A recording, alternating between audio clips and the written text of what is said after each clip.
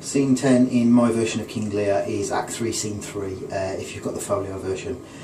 And this is where we see Gloucester, and then in the next scene Lear as well, just both really being taken down to that lowest ebb as their generation really sees itself becoming weak. Remember, Shakespeare is following that dramatic structure with the Wheel of Fortune turning, and it really has turned here.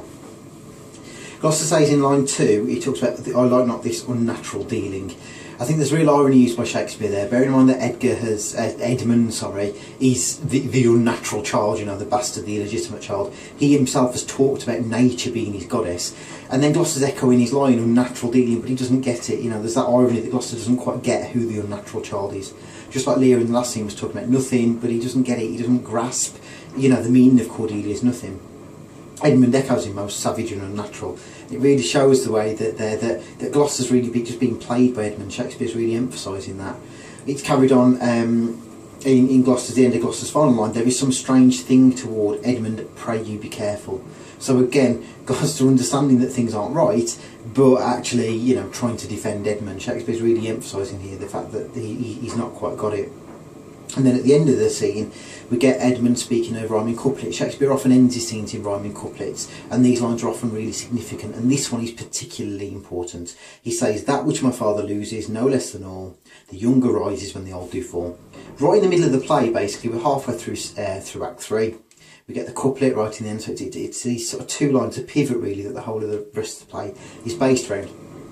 And he's talking about the younger rising up, the old dropping down. It's the Wheel of Fortune, so it's about the structure of the play. And again, Edmund is almost speaking as though he's aware of these conventions, he's aware of this wheel turning.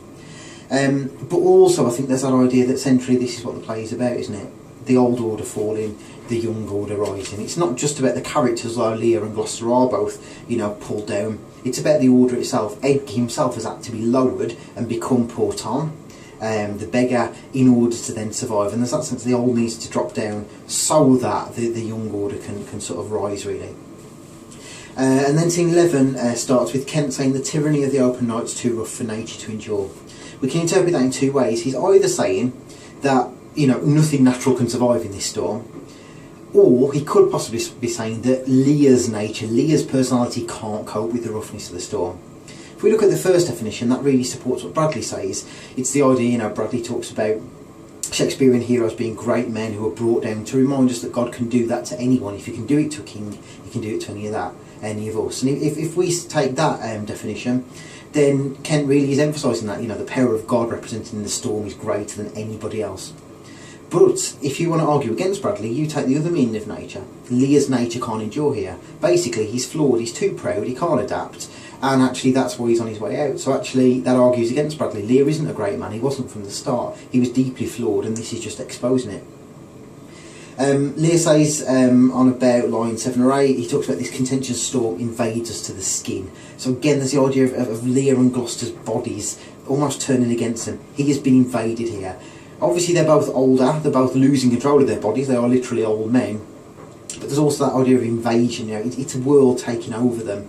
We've had the imagery of Edmund being this unnatural child. Goneril and Regan, same thing. Again, it's like Lear and Gloucester's own bodies are turning against them, that the whole world is turning in a way that they don't understand. You can see that more positively on 11 onwards, where he said, when the mind's free, the body's delicate, this tempest in my mind doth from my senses take all feeling else. Mac talks about how madness in Lear is his punishment, but it's also something that brings him insight, because when he thinks in a way that he's mad, he's losing all the things that he held dear. He's losing his old patriarchal views, and actually can see things more clearly. He's thinking outside of his very, very flawed thought system. And Lear references it there, when the mind's free, the body's delicate. It's taking this weakness to almost set him free. And he's now starting to do what Edmund does a little bit, and see what's going on, see the play more widely. We see that line 25 onwards. He gives this really bizarre speech. It's basically saying we need to look after the poor. Totally different from the guy in Act 1 who, entered leading a massive amount of people, who took pleasure in his role as this old-fashioned king. Here he's saying, no, we need more equality. And then as the scene goes on, they meet Edgar, okay, and Edgar is sort of taken in a scene as this poor character Lear almost sees as a sign that he needs to change his ways. The Fool, line 70, says, this cold night will turn us all to fools and madmen. on the face of it, what he's saying is, you know, nobody should be out in the cold, Lear's going to go mad.